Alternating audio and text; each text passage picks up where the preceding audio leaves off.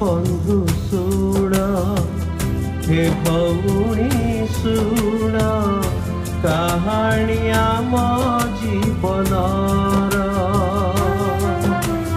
भाई बंधु सुण हे भौणी सुण कहानी आम जीवनर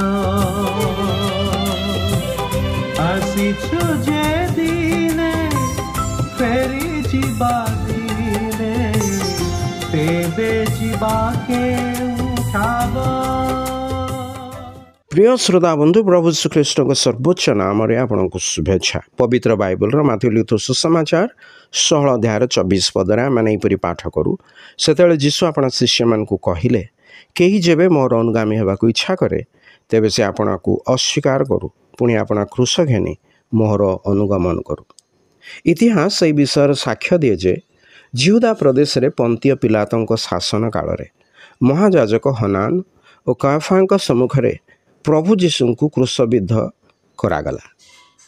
हनान और कायफा सम्मुखें जीशु विरुद्ध रे उठिथिबा साक्षी मानकर भिन्न मत हेतु से माने ताहांकु दंड देश दे पारे नाही। तेणु पिलात ताहांको विचार करे ताहांको निर्दोष बोली घोषणा कले तथापि लोकों दाबी हेतु ताहांको क्रूसविद्ध करने को राय दे निजर हस्त जल धौत करी कहले एई निर्दोष व्यक्ति रक्तपात मु दायी नुहे।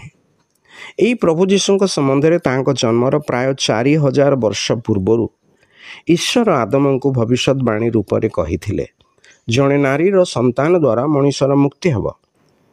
पुणी ईश्वर आदम को पशु चर्मर एक वस्त्र पिंधिबाकू देले जहाँ प्रभु जीशु बलिदानर सूचक थिला।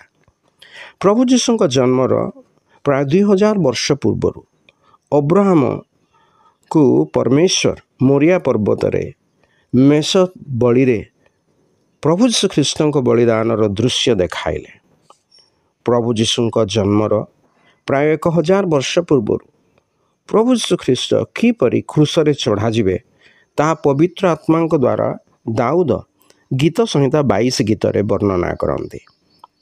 जेतेबेले प्रभु जीशु कहती मोहर अनुगमन कर यार तात्पर्य यही जे जहाँ विषय रे आरंभरू ही भविष्यवाणी करा जाइअछि तथा जहाँ द्वारा ये समस्त भविष्यवाणी सफल होइअछि